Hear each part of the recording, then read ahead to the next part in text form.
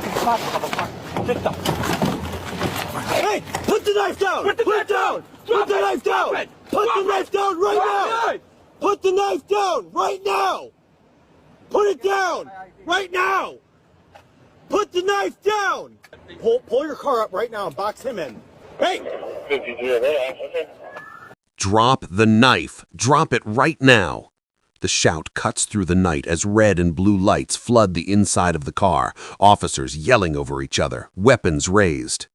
Marcus Reed, an Instacart driver, stands halfway out of his vehicle on a quiet residential street, groceries still piled in the back seat, neighbors watching from their windows, phones already recording. He wasn't supposed to be here like this. This was a routine delivery until police surrounded him, accused him of transporting something illegal, and ordered him out like he was dangerous. Now, every word he says is ignored. Every movement he makes is treated like a threat. And when Marcus pulls out a small object from the passenger seat, something he uses for work, the situation explodes instantly. But then, one officer suddenly steps closer, eyes narrowing, and says something that doesn't match what's happening at all. Yeah, that's exactly what they warned us about. Before we continue with this video, please like, subscribe, and turn on the notification bell for updates.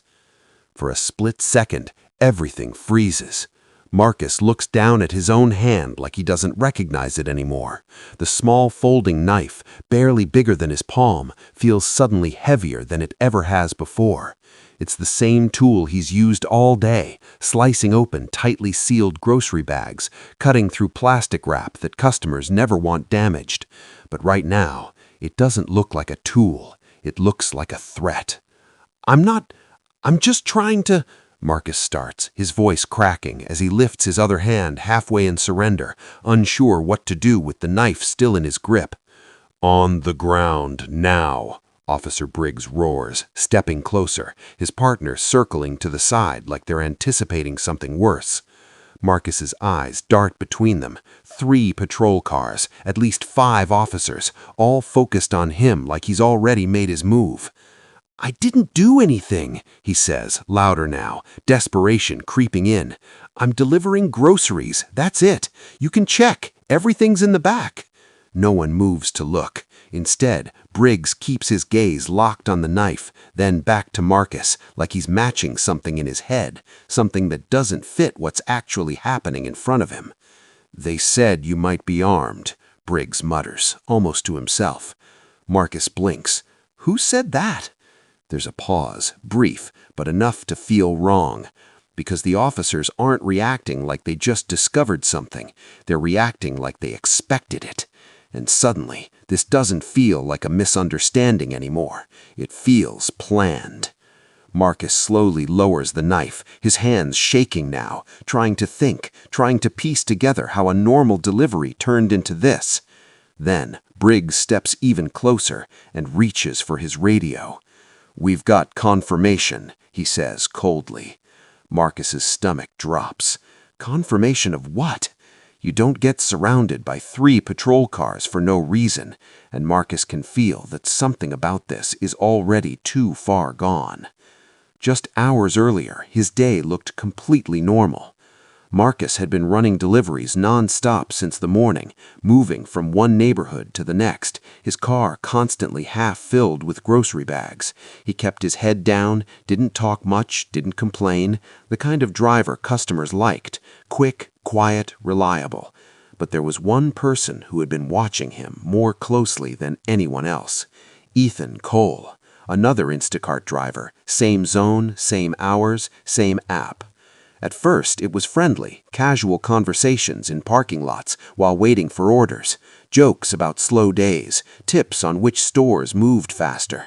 But recently, something had shifted. Marcus started getting more orders, better ones too, larger batches, higher tips, the kind of runs drivers compete for without saying it out loud. And Ethan noticed. Man, you're everywhere lately, Ethan had said earlier that afternoon, leaning against his car, watching Marcus load up another batch. Marcus shrugged it off, just trying to stay busy. But Ethan didn't smile back. Instead, he kept asking questions. What area you heading to next? How many stops you got? You still carrying that little cutter thing for packages? At the time, it didn't feel like much, but now it feels like everything. Back on the street, Marcus is still standing there, heart pounding, as Officer Briggs grips his radio like he's waiting for confirmation of something serious. Marcus tries again, his voice tighter now. "Listen, I have receipts. You can check my phone. Everything I picked up is accounted for." But Briggs doesn't even look at him. Instead, he nods slightly, like he just heard what he needed. Then he steps forward, fast. "Get on the ground, now." Marcus freezes, not because he's refusing, but because the way Briggs says it, it doesn't sound like a request anymore. It sounds like a decision that's already been made. And as Marcus hesitates for just a second too long, Briggs suddenly lunges forward. "Do it now!"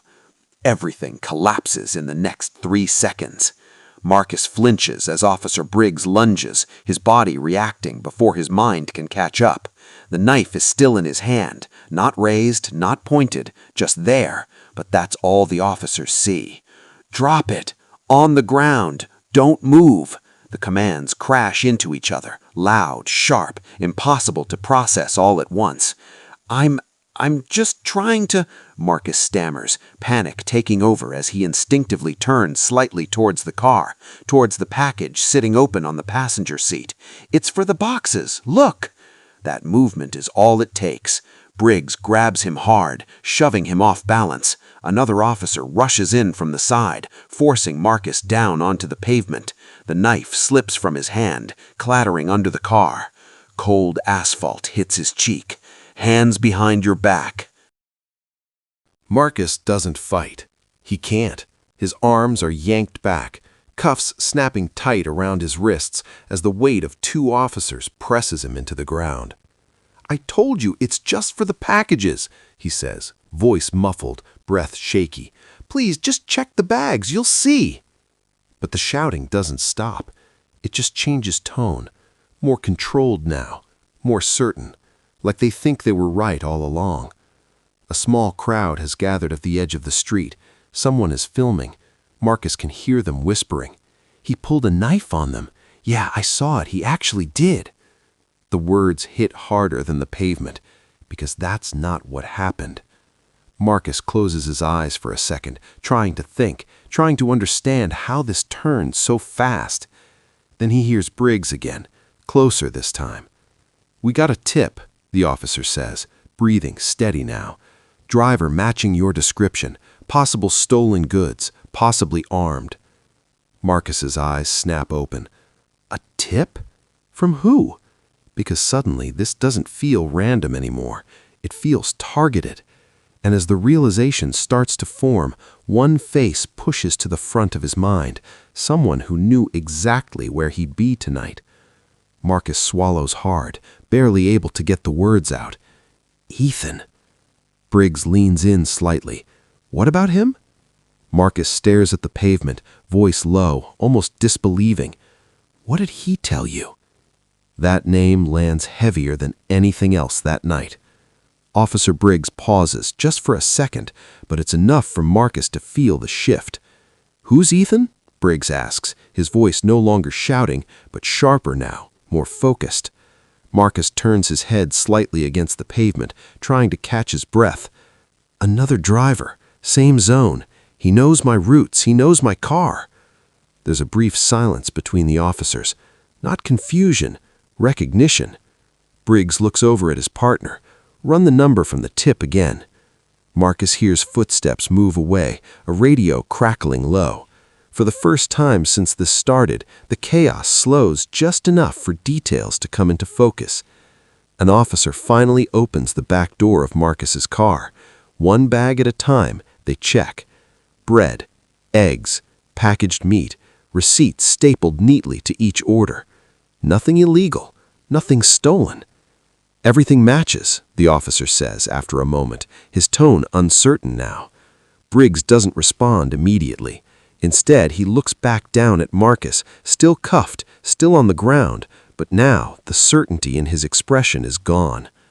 "What about the knife?" another officer asks. Marcus swallows. It's for opening sealed deliveries. It's in my profile. Some customers even ask me to check items.